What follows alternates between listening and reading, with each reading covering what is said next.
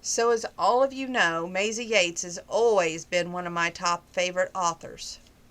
And this book was just burning right up. I had to keep on reading till I kept turning the page. So we're going to start in at page 259.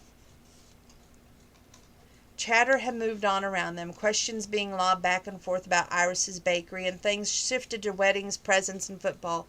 But things inside her had not shifted. She was still thinking about her place in the world, her place in the family, and love, where it came from if you had to earn it, if kisses and boom boom made it appear, or if love and all were multifaceted states and that was just there, part of who you were down in your bones, and what took was a shift to bring it out. For Pansy, a new person coming into town, for the lightning to hit Logan's eyes a little bit different one afternoon when he came in the door.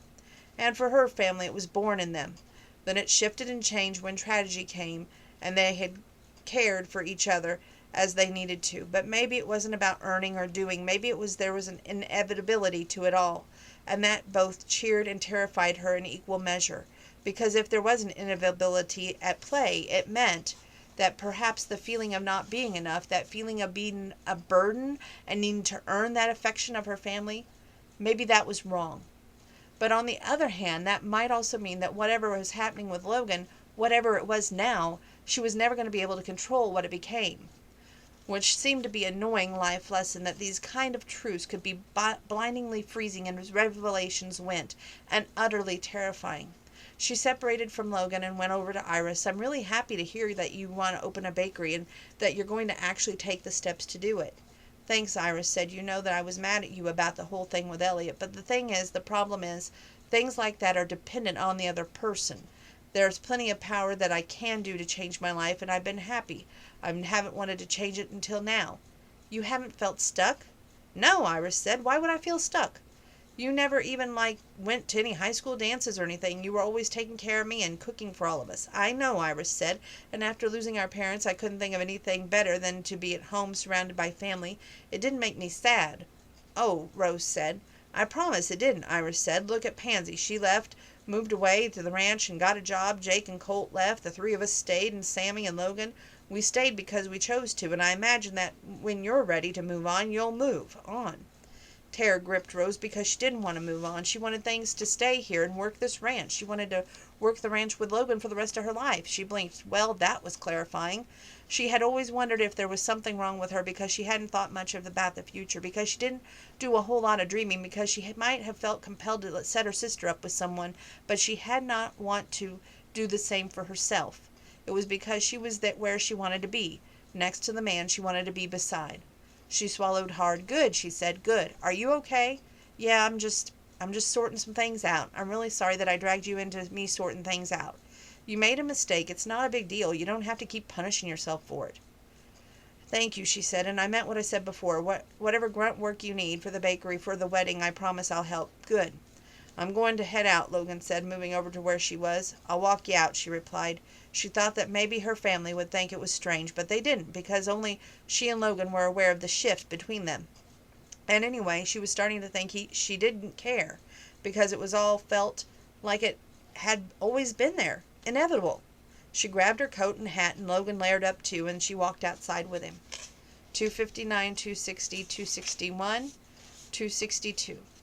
I'm really glad you came, he said, because I was going to go find a way to sneak you out of here anyway. Really?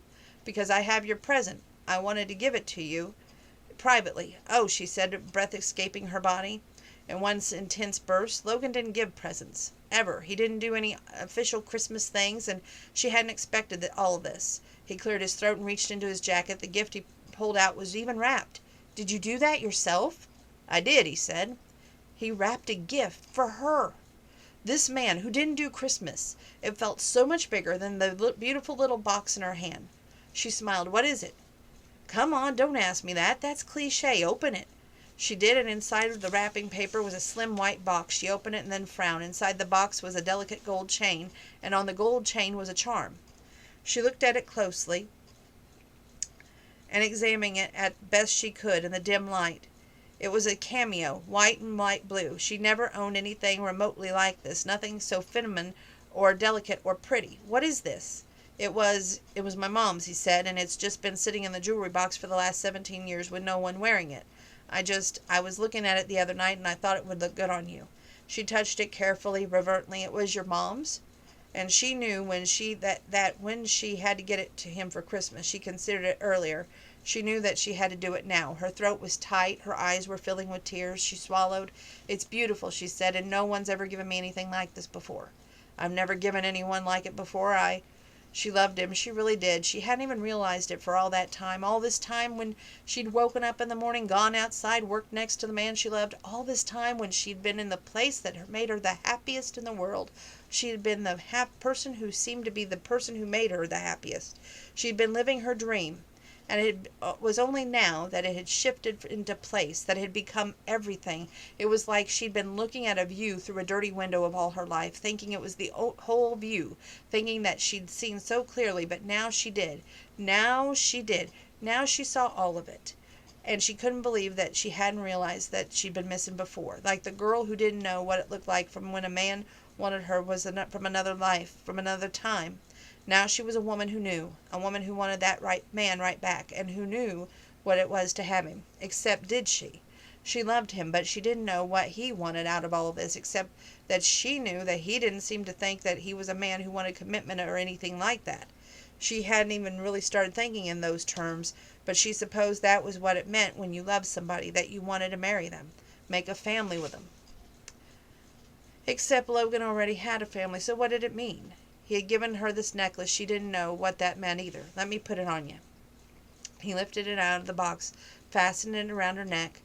Thank you. She wrapped her arm around his neck, cradled the back of his head, and brought it down for a kiss. They were right outside, and suppose anyone could walk out and see them making out underneath the clear sky, silvery stars scattered against the black velvet white like glitter. She didn't care, not right now. Right now she felt like she needed to accept any consequence, any and all. And that was page 260, 261, 262, 263. I didn't even have 263, I didn't have 264 marked, so I guess I was supposed to stop at the bottom of 263. You can pick up 264. We're going to move forward. Page 303. I got to find where I marked it at. I did, she said. She sighed heavily. I wanted to give you something, like really something. I wish I'd that. She closed her eyes for a moment. Logan, she said, just want us to be healed, to be fixed. I spent a long time protecting myself, ignoring all of my feelings because I just didn't know how to have them. But I'm so grateful for everything and everything that everyone did for me. But it doesn't change the fact that I'm missing something from my life. I'm missing my mom, my dad, and it hurts. There was something about those words that hit him right in the chest. It echoed in him. He always thought Rose was strong and brave, always, but right now she was the bravest he ever seen, admitting she was hurt, which was something Logan couldn't quite bring himself to do. I never wanted to think about that I was still wounded, that there are still things that I would always feel a lack of. I didn't want to think about my own loneliness. I wanted to fix Iris up and not myself because I didn't want to look at the things that held me back. My fear of needing someone, the fact that I actually was desperate and wanted to be coddled a little bit, but I feel like I have been tough. Yeah, I didn't want to look at any of that stuff. It scared all me, terrified me, but slowly, really over the course of our time together, I realized some things. She looked down at her hands for a moment. One of the biggest ones is that we can always keep changing and learning and growing. And it's kind of a magical gift. Recipes don't have to be buried. Necklaces don't have to stay in boxes. And our hearts don't have to stay. What does she mean by recipes don't have to stay buried? He had put his mom's recipe in the barn. She went out, found the recipe, and made those cookies. So just to clarify that. They don't have to stay so guarded. Everything we've lost, everyone we've lost, they may not be here with us in that way, the way we want them to be, but they're still here. They're still a part of us if we let them be. He looked at her. For the life of him, he couldn't figure out how he was supposed to respond to that. She was standing there imploring him like she was desperate for him to understand, and he didn't know what the hell he was supposed to do with that. Didn't know how the hell he was supposed to say anything right now, because she was standing there looking like an embodiment of the future that he had never believed he could have. A woman wearing his shirt, making his mother's cookies, a woman who could. His stomach pitched. He hadn't used protection last night, and there it was, Hank Dalton coming home to roost. Or maybe it wasn't even Hank, the man who raised him. He wasn't dumb enough to believe that his blood might make a man do something quite so stupid as not to protect the woman that he was sleeping with. No, it was just him not facing up to the reality of things. And it was him imagining that things could be different when he damn well knew they couldn't be. He imagined a life where he could wake up every morning alone. No one would be in his kitchen bustling around making him anything. But here she was, radiant as sunshine, looking like something like hope. Logan, she said, you know, I wondered why I never wanted anything more in the world and what I had, and I thought maybe some of that was my self-protection. I was starting to ask myself, what are my dreams?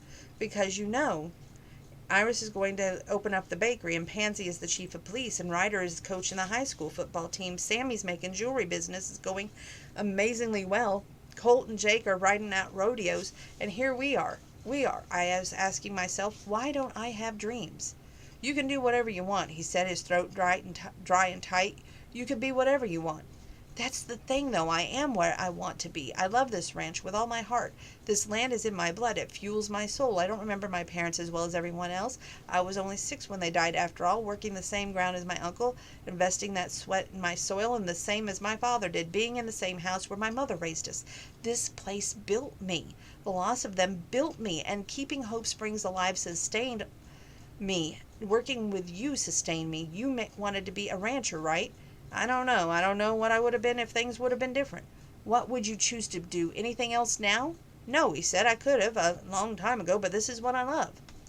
It's the same for me. And then I got to thinking, why haven't I dated? And yeah, maybe some of it all was self-protection that I told you about before, but I think it was more, Logan. You always felt like another part of me. When you were angry, I could feel it. When I annoy you, it makes my teeth itch. Like I can feel how you are when you're set on edge. And when we are together, I can feel all the echoes around inside me, and I know it's different, not just me feeling good. I know that you feel good too. I think that you feel the same about me, and I don't know if soulmates or what, but I feel like that from the beginning, like my connection with you, like we actually have something inevitable, real, like we're making it work. This land, the roots are deep. Something happened, it all shifted, and that's when I realized that I'm in the place that I love the most with the man that I love the most. That was 304, 305, 306. Rose, he said, using the word to try and deflect what she just said to keep him from sinking down beneath his skin like a bullet, but he wasn't sure he could. He wasn't sure anything could because she said it. She said it, dang it. And he couldn't unknow it, that Rose had said she loved him. Love. I can't, he said. You can. We are. There's nothing more. It fits. We fit. In a crazy way that we shouldn't. We do. It's so silly, isn't it? Because I'm 23 and you're 33 because little personal stuff there that we're not going to read. Let me skip that down a little bit.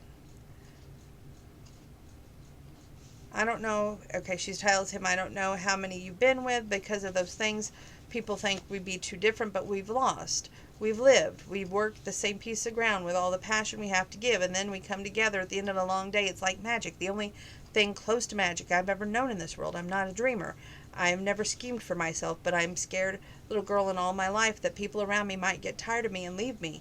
And when I get accepted that I didn't have anything to earn, I could finally enjoy these things I was given. This is our life, Logan. It's one of those that we have. Yeah, our parents died and it's awful, but no one should have to deal with that at the age we did. The magnitude of tragedy was it was awful. But why does it have to say in who we are? Why is it everything? Because some things scar you, he said. Some things change who you are, and you can't unchange it. Of course not. Of course we have changed all by this. Of course we were, but we didn't stop changing. That's been my lesson. These last few weeks I learned more about my life since all of this began with you and than I had in years. I thought I was grown. I thought that I was figuring it all out, but I'm not. And now I realize how little I know and how happy I am about it. Because it means there's no end to the wonderful things that could happen, to the wonderful things that I could know. There is no end to the crap that could happen either. Logan, there's crap in life. There's nothing we can do about that, but why can't we have something good? Desperation flooded into his chest, and he couldn't quite put the words to why. It was a feeling, deep and enduring, and it felt like it was threatening to change the very makeup of all that he was. That's the thing. You are young. So I get that you think that this thing between us is love, but it's not. It's just not.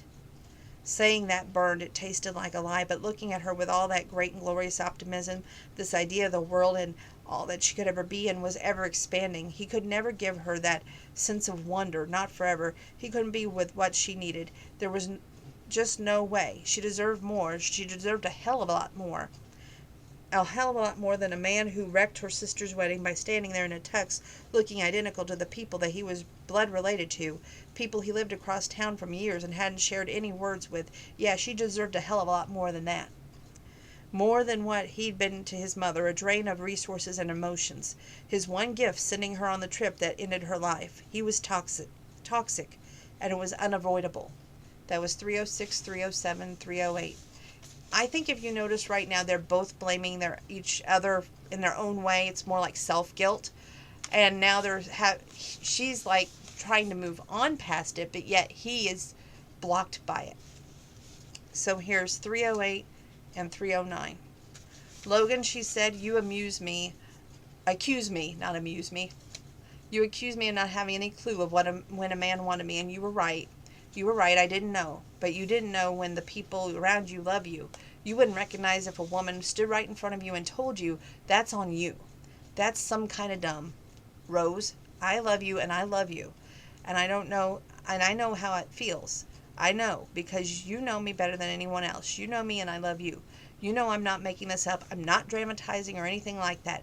Don't you dare dismiss me, Logan, because you've never done that. You've never treated me like I was some stupid kid. Don't you dare start now, and don't you dare act like you don't know me now, like I don't know you. Don't be scared. The words hit him with all the force of a bullet. I'm not scared, he said. I could say yes to you. I could be with you.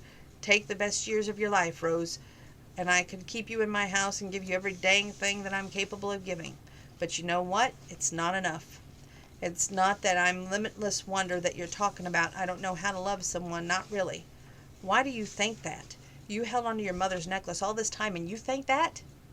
I did love my mother so much that she loved me. That's the important piece of that, Rose. She loved me. She lived poorer than she should have. If it wasn't for me, she would be a single a long time because of me.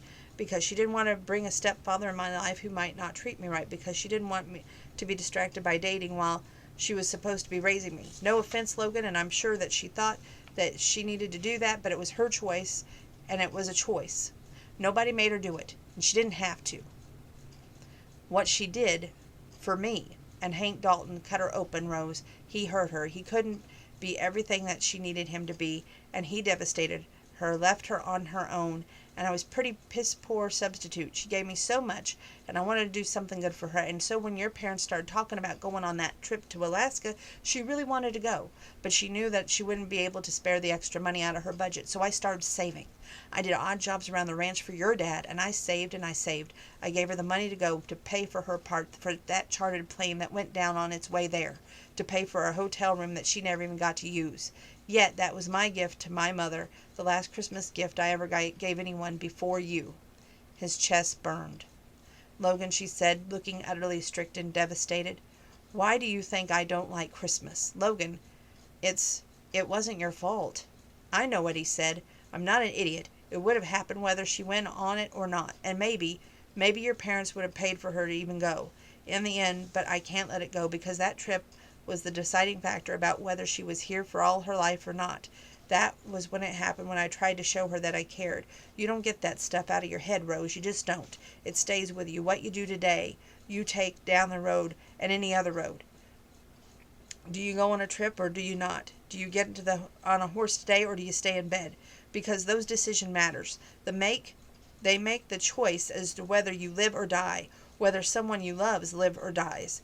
But you make the choice. We all do. We make them every day, and there's nothing anyone can do about what happens. We can't control the universe, Logan. We can't control it if other people decide to do us harm. We can't control any of that. All we can do is do our best with what we can and what we've got. It's not good enough for me, Rose. It's not good enough for you. Don't you dare tell me what's good enough for me. You say this is because you're not scared, and you say you're not blaming yourself, but you are. You're frozen. And you figure that if you just keep things the same, so that you won't have to deal with the consequences. 308, 309, 310, and 311. No, I had a family. I destroyed my family. I took it from myself. I took her from my world. My gift took her life.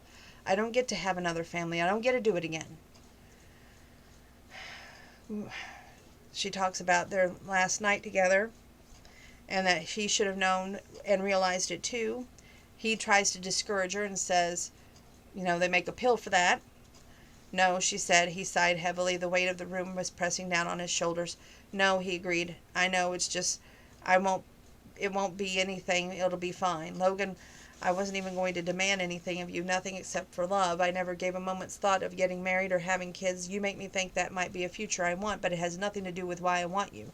I'm not one of those people who dreamed about a wedding or romance. I didn't even want it until I had you. I just love you. Not the idea of you, not some romanticized version of a family or life. We can call it family or not. I don't care. I just want us to be together. Already you're settling for less than you should. Is a soulmate less than someone should settle for? There's no settling about it. I get out of bed every morning in part so I can see you, you big idiot. It's half of why I look forward to my job. It's just a new relationship stuff, and someday it'll be an old relationship stuff, and you'll get over it. You'll barely remember what this happened between us. I'm not going to forget. That's the thing, Rose. You will, because there's nothing. And it sure as hell wasn't love.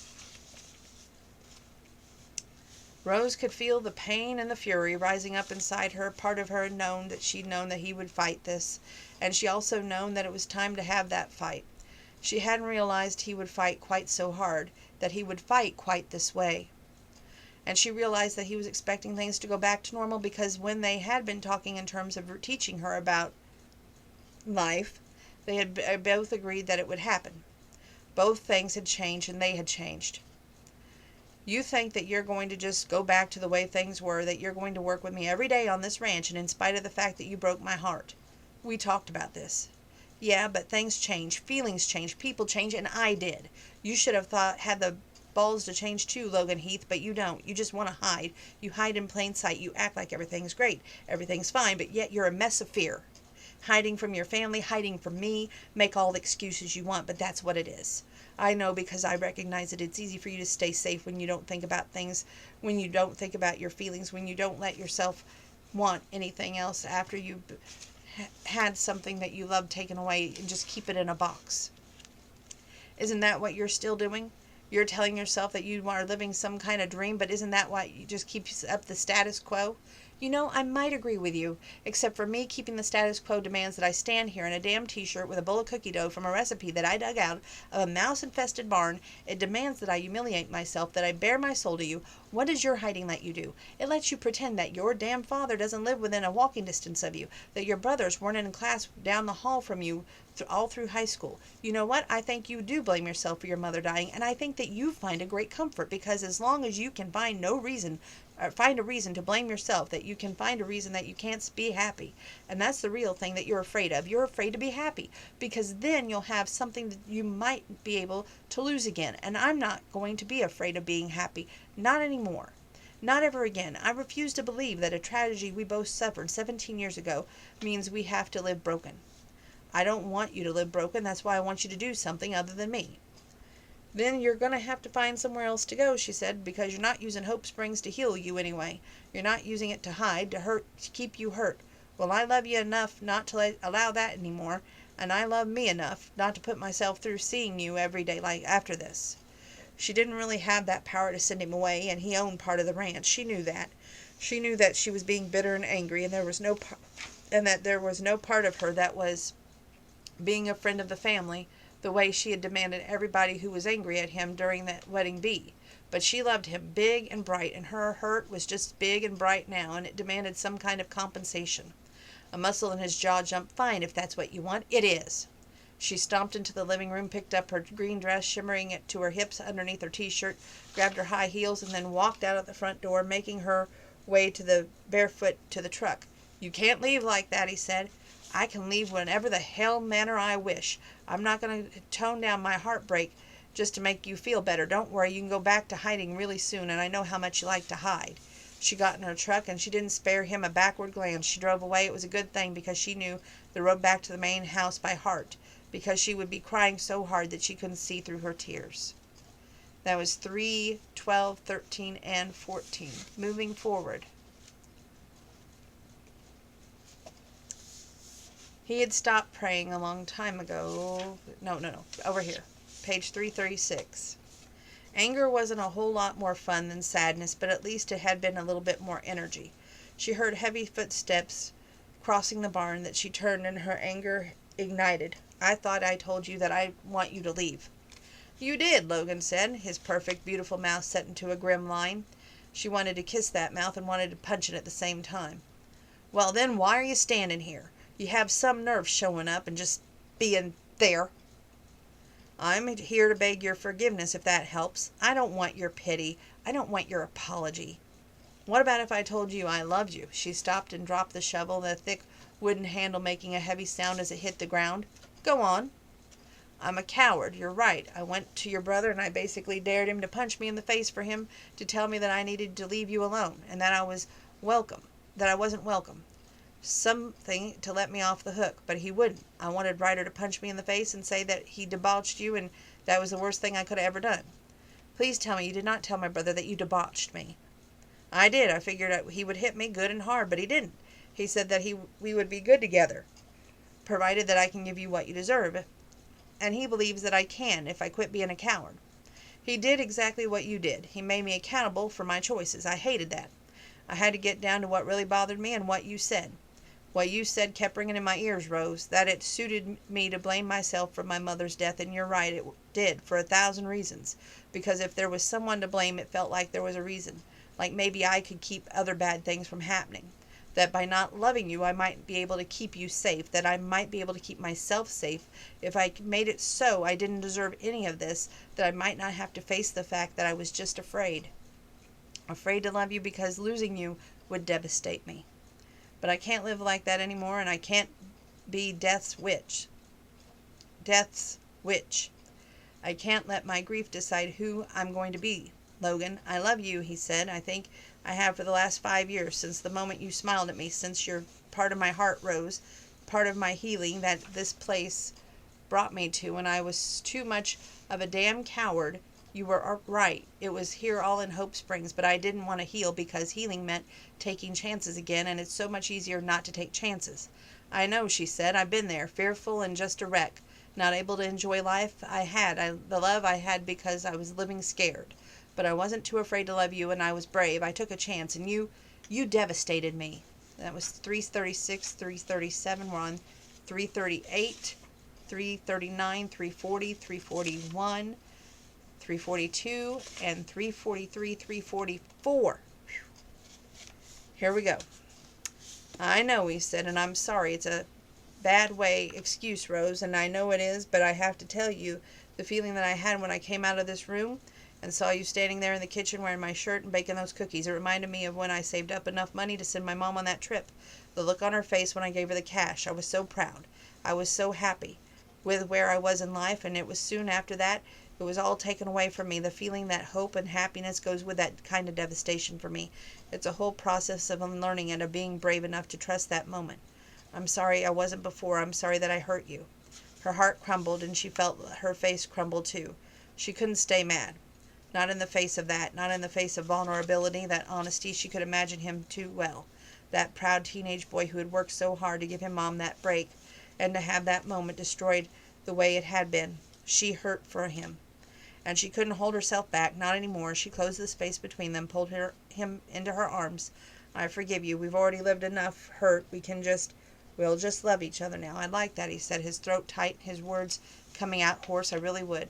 Are we going to get married and stuff? I would expect we should, he said. I really like that. Never wanted to be a wife, Logan, but I'd like to be yours. Well, that suits me, he said, because I never particularly wanted to be a husband, but I would like to be your husband, Rose Daniels, because you're my other half. You're right, we're soulmates, and I found out the hard way that I don't really function without my half soul. Yeah, me either. I've always thought that life was pretty mean, but it brought you to me. It brought us together. I prayed for this, for us. Here we are. Might change the whole way I think about things. Logan, she stretched up and on her toes and kissed his mouth. She kissed him with everything she was, everything she'd been, everything she would be. I love you, he whispered. Rose Daniels was happy with her life. She hadn't realized quite how full it was until the man who worked by her side had become the man who held her in his arms. The man who was and always would be her horizon line, guiding her, loving her. It was miraculous, and after everything they'd been through, she was happy to accept this miracle. Logan was surprised how well the family took it, but then it was pretty obvious that they all figured it out at some point. So when he and Rose showed up later that evening at the main house, hand in hand, no one seemed particularly shocked, though Ryder took him to task and asked his intentions. Logan asked for Ryder's permission to marry her, and then he intended to do it with or without his permission. "It's not his permission you need," Rose said. "It's mine, and I already gave it." Ryder gave it to them anyway, and Logan was half convinced that he'd done it just to make Rose angry because Ryder found Rose's anger amusing. The only person who seemed somewhat muted was Iris. Though she pulled her sister in for a hug and gave her a kiss on the cheek, they missed Christmas together, and it was nice to be sitting around the Christmas tree now, even though they missed the day. It felt right, it felt like home, but better, so much better. "You know," Rose said later, when they were lying in bed back at the cabin, "it occurs to me that I'm actually a great matchmaker." "What makes you say that? You're actually the worst matchmaker in the world." "No, I might have been wrong about Elliot, but it was Elliot who ultimately brought us together, and I'm going to go ahead and take credit for that." "If you're going to think of it that way, then it was Elliot's blacksmithing and Barbara Niedermeyer." All right," Rose said, snuggling against him. "Maybe it was everything." Warmth spread through his chest, love so bright and heavy it was painful. "Yeah," he said, "I think it might have been everything." Everything, all the pain, all the uncertainty, the doubt, the fear, had brought them here to this moment. And he knew that whatever happened from this point on, they would be together. And that was the happiest thing that he could possibly imagine. Now the epilogue. It was Logan's first Christmas as a husband, and more notably the first Christmas he'd had truly celebrated since he was 16 years old. He bought presents for everybody, maybe too many, especially when it came to Rose, who had been lavishing for the last 11 days. She had called him unbearably cheesy, but she also accepted her presents cheerfully. Tomorrow morning they would all open presents together around the tree, and it would be the first time for him since he let it all become grief and misery. And somehow it felt like magic, that here he was, on Christmas Eve, beneath swirling snow falling from the sky, holding on to his wife's hand. His mom would be really proud of his life. This one that he found himself living right now, full of laughter, healing, and family. "Are you ready?" Rose asked. "I hear tell that Christmas Eve barbecue doesn't last long because there are so many Daltons that it all gets consumed quickly." He had been particularly slow to build that relationship with the Daltons, particularly Hank. West was easy, since he was already knew and liked the man. The other brothers, McKenna, it was coming along. But this was the first time that he consented to go because of something at the house, because it felt right, because it was Christmas. And he was just ready to set aside whatever ill will he felt toward Hank, any anger he had left inside him at Tammy, because he had discovered something else the past year, that life could expand and grow in infinite wondrous ways when you quit putting it in a box. That there could be joy so deep and real that you hadn't known it could exist, so long that you quit holding on to anger. He was ready to test the limits of that joy. "Well, then I guess we better go inside," he said. "Just a second," Rose said, suddenly tugging on his hand and stopping him from walking forward. "Why, you're the one that said we should go inside." "I know, and I wasn't going to say anything to you, not until tomorrow, but I have to tell you." "You have to tell me what?" "I hope you're going to be happy." "You have to tell me now?" "You're going to be a father." That word echoed inside him, father, something he never had. Even now that he was building a relationship with Hank, he still wouldn't ever be the same. But he was going to be a father. He was. "It's a miracle," he whispered. "It really is. Are you happy?" He picked Rose up off the ground, spun her in the snow. When he set her back down, his eyes caught the necklace she wore around his neck, the one he'd given her that last Christmas, that one that had been his mother's. He reached out and touched it, and then touched her face. "Rose Heath, you make me happier than I ever thought I could be." And he knew from that moment on, Christmas would forever be this moment. This moment with his wife, the woman he loved more than anything else, the moment that he found out he'd be a father. The greatest gift of all, because Rose had taken something dark and full of guilt and shame and had turned it into the most beautiful moment he'd ever asked for. She had taken his grief and turned it into joy. She had taken his guilt and turned it into love. She had taken a broken man and made him whole. He wrapped her in his arms and kissed her. "I will love you forever, Rosie." She smiled. "Forever is a long time." "I know," he said. "That's the thing. It's forever." And if you remember the front of the book, that's what he told her originally about how long her parents would be gone. Forever. Hallmark, you could make a great movie out of this. It's already a great book. but a great movie out of this book, probably Lifetime. And I'm going to give this also 100 stars. That means pick this book up. Read it. You won't regret it. Whew, that was a lot of reading tonight. God bless one and all. Keep your social distance. Wash your hands when you can't wash your hands. Use your hand sanitizer. Wear your mask. Love each and every one of you. Stay safe, healthy, and well. God bless.